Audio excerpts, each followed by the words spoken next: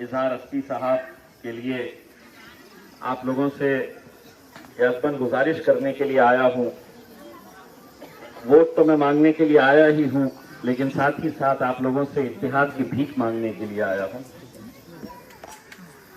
वो इत्तेहाद जो आज वक्त की जरूरत बन चुका है, वो इत्तेहाद जो आज मुल्क के लिए बहुत जरूरी हो चुका है। एक ऐसे वक्त में हम आए हैं जहां मुल्क के सामने कैसे हालात हैं ये आप अच्छी तरह से समझ रहे हैं। आज एक खास तबके को, खास तौर से इस मुल्क के मुसलमानों को डराने की कोशिश की जा रही है, उनको परेशान करने की कोशिश की जा रही है। अलग अलग तरह के कानून लाए जा रहे हैं और उस कानून के जरिए हमसे ये पूछा जा रहा है, हमारे बुजुर्गों से ये पूछा जा रहा है कि अगर तुम इस मुल्क के है तो ये साबित करो कि ये मुल्क तुम्हारा है। ये साबित करो, दस्तावेज दिखाकर तुम इस मुल्क के अंदर पैदा हुए हैं।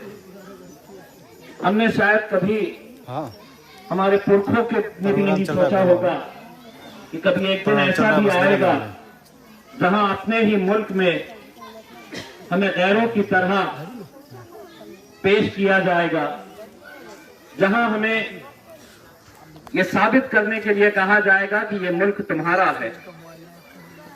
मैं यहां की आवाम के जरिए एक बात कहना चाहता हूं, ये मुल्क जितना नरेंद्र मोदी का है, ये मुल्क जितना अमित शाह का है, उतना ही इम्तियाज जलील का है, उतना ही असद अवैसी का है, उतना ही उन बच्चों का है, उन मेरी माँ और बहनों का, उतना ही हमारे बुजुर्गों का है।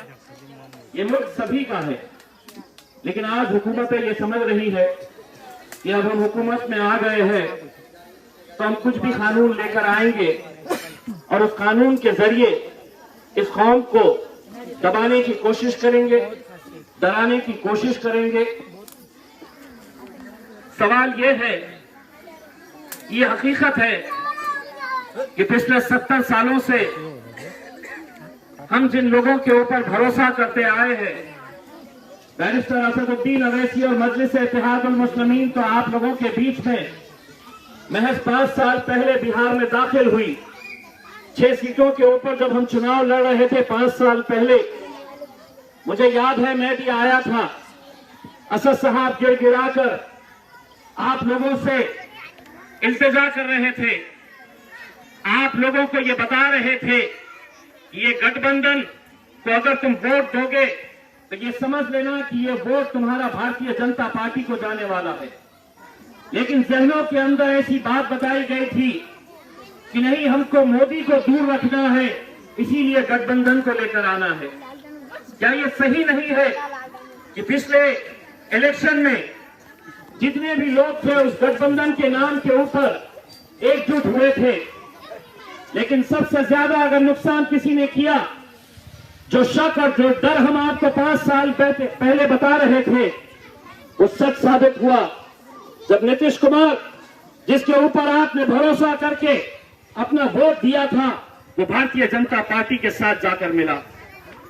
और यही वजह है कि आज भारतीय जनता पार्टी अपने आप को इतनी ताकतवर महसूस कर रही है कि उनको ऐसा लगता है कि इलेक्शन के वक्त अलग अलग पार्टियां लड़ ले, इलेक्शन के बाद उन्हें खरीदना कैसा है ये हम अच्छी तरह से जानते हैं। कोई नहीं दावे के साथ कह सकता है कि राष्ट्रीय जनता दल, लालू प्रसाद यादव की पार्टी हो, नीतीश कुमार की हो, रामविलास पासवान की हो, राहुल गांधी की पार्टी हो, कल जब सरकार बनाने की बात आएगी तो कौन किसके साथ चले जाएगा, इसका कोई दावा नहीं कर सकता है, कोई गारंटी नहीं दे सकता है। लेकिन अगर हम कोई ये गारंटी दे सकते हैं तो ये गारंटी दे सकते हैं कि हम अपना सर कटा लेंगे, लेकिन भारतीय जनता पार्टी के साथ कभी हम हाथ नहीं मिलाएंगे। क्योंकि इस मुल्क को सबसे ज्यादा किसी ने नुकसान पहुंचाया है इतने 70 सालों के अंदर। ये जब से भारतीय जनता पार्टी सत्ता में आई है, इनका काम यही है कि मुसलमानों को हिंदुओं से लड़ाओ, हिंदुओं को मुसलमानों से लड़ाओ, समाजों के बीच में दरारें पैदा करो, दीवारें पैदा करो, और अपनी सत्ता का मजा लेते रहो। दोस्तों, आज जो मुल्क के हालात हैं आप अच्छी तरह से जानते हुए भी अगर हम गफलत में रहे तो शायद वो दिन दूर नहीं जब सरकार एक और कानून लेकर आने वाली है।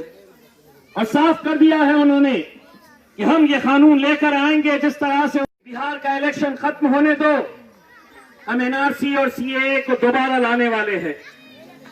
एनआरसी और सीएए के लाने का मतलब यह है महज आपको सिर्फ डरा कर रखना, और अगर उनके इस कानून के बीच में अगर कोई एक चट्टान बनकर खड़ा है तो मेरा शायद बैरिस्टर असदुद्दीन अवैसी।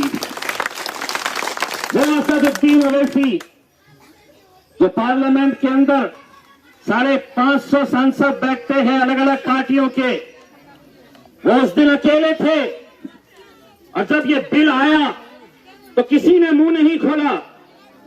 उन लोगों ने भी मुंह नहीं खोला जिन्हें आप पिछले 70 सालों से अपना रहनुमा समझते थे, अपना लीडर समझते थे, फख्र करते थे कि मैंने इसे चुनकर दिया है। लेकिन जब आपको इस मुल्क से निकालने की बात आ रही है, आप इस मुल्क में पैदा हुए हैं और इंशाल्लाह इसी मुल्क के अंदर दफन होंगे, तो आज आपसे ये पूछा जा रहा है कि बताओ, साबित करो कि ये मुल्क तुम्हारा है। तो ऐसे हालात के अंदर जब असदुद्दीन अवैसी साहब के सामने ये बिल लाया गया तो बहुत हिम्मत लगती है दोस्तों, बहुत हिम्मत लगती है। तसव्वुर करो वो मंजर कि 550 के ऐवान के अंदर पूरे के पूरे एक तरफ खड़े थे और सिर्फ बैरिस्टर असदुद्दीन अकेले एक तरफ खड़े थे। और जब नरेंद्र मोदी ने वो बिल लेकर आया तो वो बिल थी के ऊपर जो बिल लेके आना है लेकर आ, लेकिन इस बिल को इस मुल्क के अंदर मैं लागू नहीं होने दूंगा, और वो बिल फाड़कर मोदी के मुंह पर फेंक दिया। आपने देखा है, आपने देखा है अपनी आंखों से ये जिस तरह से आपको इज़हार अस्फी साहब के प्रेसिडेंट ने बताया है कि ये इलेक्शन महज कुछ विधायकों को जिताने के लिए हम यहां पर नहीं आए हैं। मैं यहां के बुजुर्गों से, नौजवानों से ये पूछना चाहता हूं, मैं जब इन छोटे छोटे बच्चों को देखता हूं तो मुझे अफसोस होता है कि क्या वजह है कि इनके मुस्तकबिल के बारे में हम क्यों नहीं सोच रहे। क्या कोई माँ बाप की ये ख्वाहिश नहीं होती है कि मेरा बच्चा भी डॉक्टर बनना चाहिए, इंजीनियर बनना चाहिए, अच्छे ओहदे के ऊपर जाना चाहिए। आपने अपनी जिंदगी गुजार दी, लेकिन इंशाअल्लाह मजलिस इत्तेहादुल मुस्लिमीन आई तो हम इनके मुस्तकबिल के बारे में सोच रहे हैं, हम इनकी जिंदगी बेहतर करना चाहते हैं। और ये उसी वक्त मुमकिन होगा जब आप लोग हमें अपना साथ देंगे, अपनी ताकत देंगे, अपनी दुआओं से हमें नवाजेंगे। 7 तारीख के दिन बहुत अहम दिन है हम सब की जिंदगियों के लिए। आप सोचेंगे कि अगर अपना वोट नहीं दिया तो क्या होगा, इतने सारे लोग तो देंगे। एक एक वोट की कीमत मायने रखती है। महज 7 दिन बचे हुए हैं।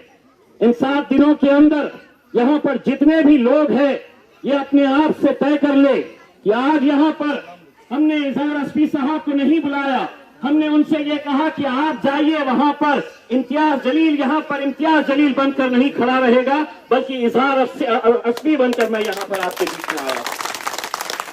आप लोगों को भी अगले 7 दिनों तक ये तय करना है कि मेरा नुमाइंदा, मेरा उम्मीदवार यहां आए ना आए, उनकी तरफ से मैं काम करूं रहा हूं, ये इलेक्शन मैं लड़ रहा हूं।